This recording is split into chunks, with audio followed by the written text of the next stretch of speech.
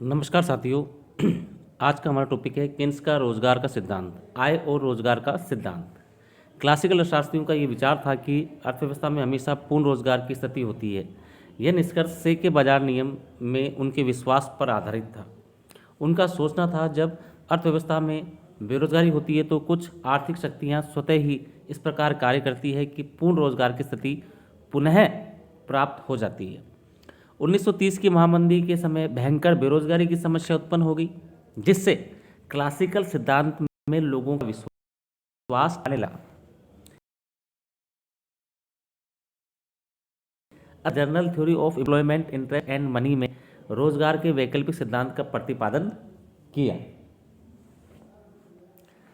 किस ने यह सिद्ध करने का प्रयास किया कि पूर्ण रोजगार सामान्य अवस्था नहीं है बल्कि अल्प रोजगार सामान्य अवस्था है। किन्स के अनुसार रोजगार का निर्धारण समग्र पूर्ति,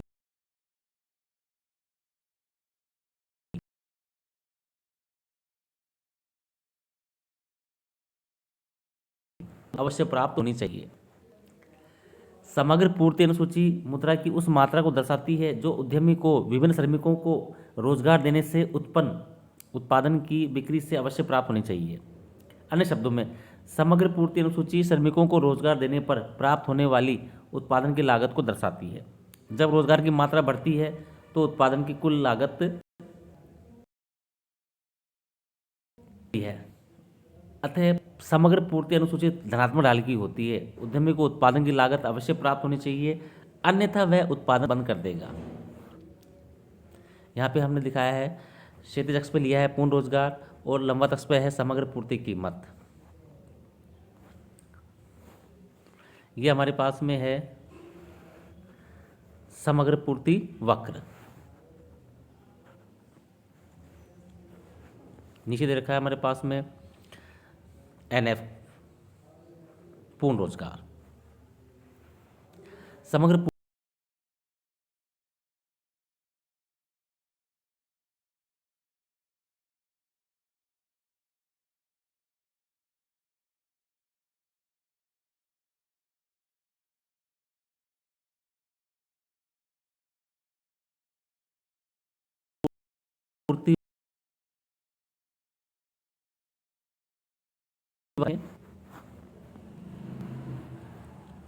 इसका तात्पर्य यह है कि रोजगार व उत्पादन को बढ़ाना संभव नहीं है।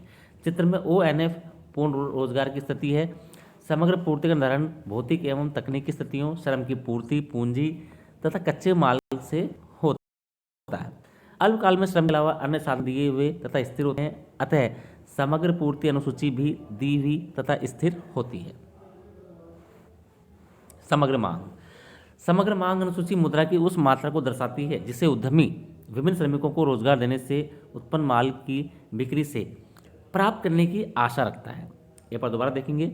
समग्र मांग अनुसूची मुद्रा की उस मात्रा को दर्शाती है जिसे उद्यमी विभिन्न श्रमिकों को रोजगार देने से उत्पन्न माल की बिक्री से प्राप्त करने की आशा रखता है।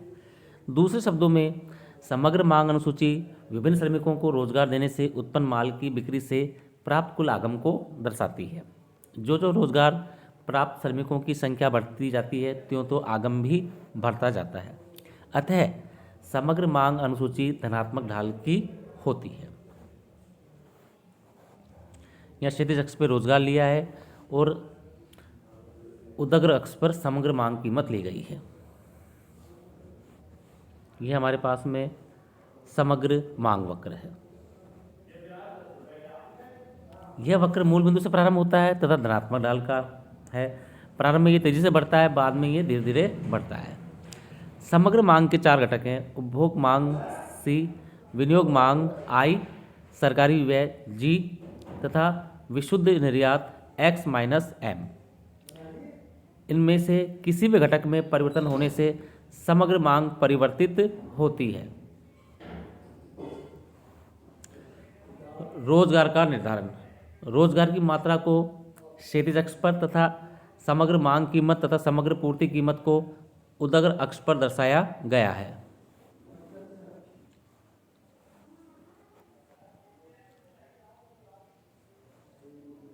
यहाँ क्षैतिज अक्ष पर हमने लिया है रोजगार की मात्रा और लंबवत अक्ष पर लिया है समग्र मांग कीमत और समग्र पूर्ति कीमत। ये हमारे पास में समग्र मांग और ये हमारे पास में समग्र पूर्ति वक्र था। ये समग्र पूर्ति वक्र है, ये समग्र मांग वक्र 1 है और ये समग्र मांग 2 है। समग्र पूर्ति कीमत उत्पादन की लागत तथा समग्र मांग कीमत उत्पादन की बिक्री से प्राप्त आगम को दर्शाती है। जब तक समग्र मांग कीमत समग्र पूर्ति कीमत से अधिक होती है तब तक उद्यमी और श्रमिकों को रोजगार देता रहता है। जब समग्र मांग कीमत समग्र पूर्ति कीमत के बराबर हो जाए तो उसके बाद श्रमिकों को रोजगार देना लाभप्रद नहीं होगा, क्योंकि इस स्तर के बाद उत्पादन बढ़ाने पर उद्यमी को उत्पादन की लागत भी प्राप्त नहीं होगी। अतः रोजगार का निर्धारण उस बिंदु पर होता है जहां समग्र मांग समग्र पूर्ति के बराबर हो। जब समग्र मांग समग्र पूर्ति के बराबर होती है तो इसे प्रभावपूर्ण मांग कहते हैं। चित्र में यह ई बिंदु है।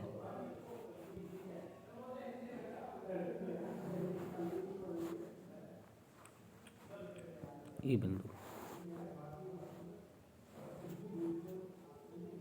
यहाँ ON1 रोजगार का स्तर है, जबकि श्रमिक का पूर्ति ONF है। अतः N1 NF श्रमिक अनैच्छिक बेरोजगार है। किन्स के अनुसार ये बेरोजगारी समग्र मांग की कमी के कारण उत्पन्न होती है।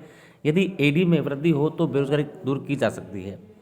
किन्स का मानना है कि समग्र मांग CIG(X-M) में वृद्धि के द्वारा बढ़ाई जा सकती है। किन्स का मानना है कि CI तथा X-M में वृद्धि करना संभव नहीं है। अतः ऐसी स्थिति में सरकारी व्यय G को बढ़ाकर समग्र मांग में वृद्धि की जा सकती है, जो बेरोजगारी की समस्या का निदान कर सकती है।